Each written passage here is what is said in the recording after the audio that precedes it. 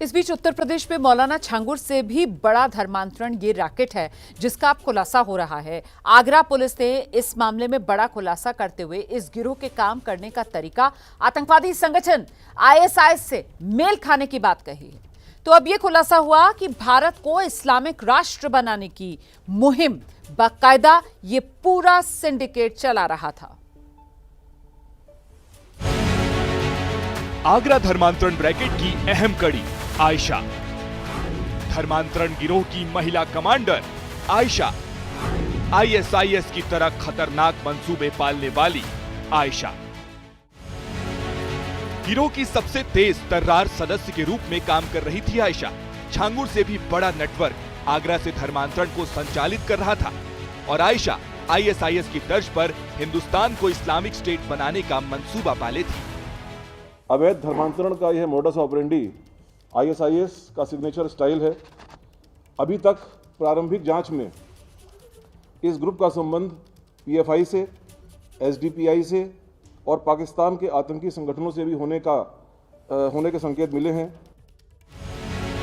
IB और दूसरी एजेंसियां अब इन आरोपियों से पूछताछ में जुटी हैं, लेकिन आयशा से पूछताछ में कई चौंकाने वाले खुलासे हुए हैं। एजेंसियों को पूछताछ में पता लगा है कि आयशा मुजाहिद बनना चाहती थी। सूत्रों के मुताबिक आयशा गोवा में रहकर उत्तराखंड से लेकर पश्चिम बंगाल तक के नेटवर्क को संभाल रही थी। अपनी पहचान छिपाने के साथ ही विदेशी आकाओं के संपर्क में रहती थी। अमेरिका, कनाडा और पाकिस्तान में बैठे आकाओं के फरमान गिरोह तक पहुंचाती थी। आयशा के इशारे पर ही करोड़ों की फंडिंग का बंटवारा होता था। दिल्ली और लखनऊ के एजेंट भी इस रैकेट से जुड़े थे, जिन्हें आयशा ने करीब 200 करोड़ रुपए दिए थे। मार्च 2025 में आगरा से गायब दो बहनों की तलाश के दौरान पुलिस को इस गैंग के बारे में जानकारी मिली। आगरा पुलिस ने कोलकाता से दोनों बहनों को बरामद किया था। दाऊद अहमद तक पहुंचने के लिए जांच एजेंसियां धर्मांतरण रैकेट का हर सिरा जोड़ रही हैं। गिरफ्त में आए आरोपियों से पूछताछ में रैकेट के काम करने के तौर तरीकों का भी खुलासा हुआ है। आगरा पुलिस की पूछताछ में एसडीपीआई पीएफआई कनेक्शन उजागर हुआ है। ये लोग 3 स्टेप में धर्मांतरण कराते थे और टारगेट को उनके अपनों से दूर रखते थे। पहले स्टेप में एफिडेविट और वीडियो बनवाते थे। दूसरे चरण में नाम बदलवाने का विज्ञापन किसी छोटे अखबार में छपवाते थे। फिर आता था 4 हफ्ते का कूलिंग पीरियड। इस पीरियड के बाद कानूनी चुनौती देना हो जाता था मुश्किल। लेकिन गिरफ्तारी के साथ ही पूरा नेटवर्क बेनकाब हो गया। 6 राज्यों में दबिश देकर अवैध धर्मांतरण में शामिल 10 लोगों को गिरफ्तार किया गया, जिसके बाद रैकेट की सारी परतें खुलने लगी। धर्म परिवर्तन को लेके इन अभियुक्त गण के जाल देश विदेश में चारों तरफ फैले हुए हैं। पश्चिम बंगाल, राजस्थान, दिल्ली, गोवा ये अभियुक्त पकड़ के लाए गए थे। भारत को इस्लामी राष्ट्र बनाने की मुहिम चला रहा था। यूट्यूब चैनल बनाकर मूर्ति पूजा के खिलाफ मुहिम चलाते थे। हिंदू मान्यताओं और रीति रिवाज का विरोध करते थे। जांच एजेंसियों को आपत्तिजनक और भड़काऊ वीडियो मिले। सिंडिकेट के रहमान के यूट्यूब चैनल पर 1,69,000 सब्सक्राइबर हैं। आगरा के बाद अलीगढ़ में भी धर्मांतरण नेटवर्क की जांच तेज हो गई है। आरोपी उमर गौतम ने अलीगढ़ में भी फैलाया था धर्मांतरण का जाल। 97 महिलाओं की गुमशुदगी एजेंसियां खंगाल रही हैं। लुभावनी नौकरी का लालच देकर वो धर्मांतरण करता था। और आइए सीधे आपको लेकर चलेंगे। हमारे साथ हमारे सहयोगी सुशील पांडे इस वक्त मौजूद है। जरा सुशील पांडे से ही जानते हैं जांच अभी तक कहां तक पहुंची है। सुशील, बताइए जरा विस्तार से।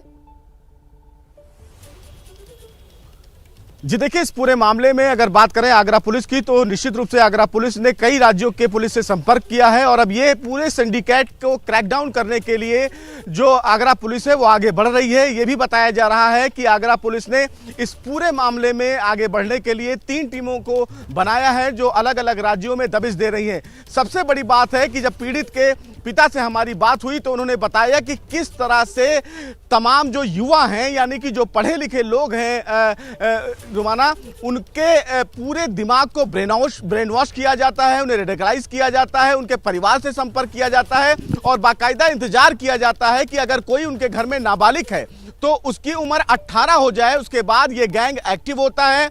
उनके परिवार को सोशल मीडिया से जोड़ा जाता है, साथ ही साथ उनके परिवार के लोगों को इस्लाम धर्म की तरफ आगे बढ़ने की तमाम वीडियोस को दिखाया जाता है। जब पीड़ित के परिवार से हमारी बातचीत हुई तो उनके पिता ने यह कहा कि उनकी बड़ी लड़की ने छोटी लड़की से संपर्क किया और छोटी लड़की को भी इस्लाम की तरफ झुकाव के लिए आगे बढ़ाने लगी।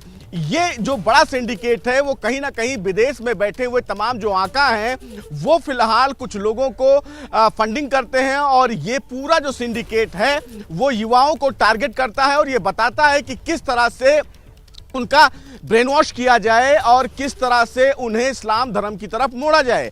जब ये पीड़ित फिलहाल पश्चिम बंगाल से अरेस्ट की गई और जब उसको रिकवर किया गया तो वो बुरके में थी और अभी उनके पिता ने जब एबीपी न्यूज से बातचीत की तो उन्होंने कहा कि उन्होंने हाल में जब उनसे मुलाकात की तो वो इस्लाम मैं जरा सा धर्म की आपको रोकूंगी सुशील।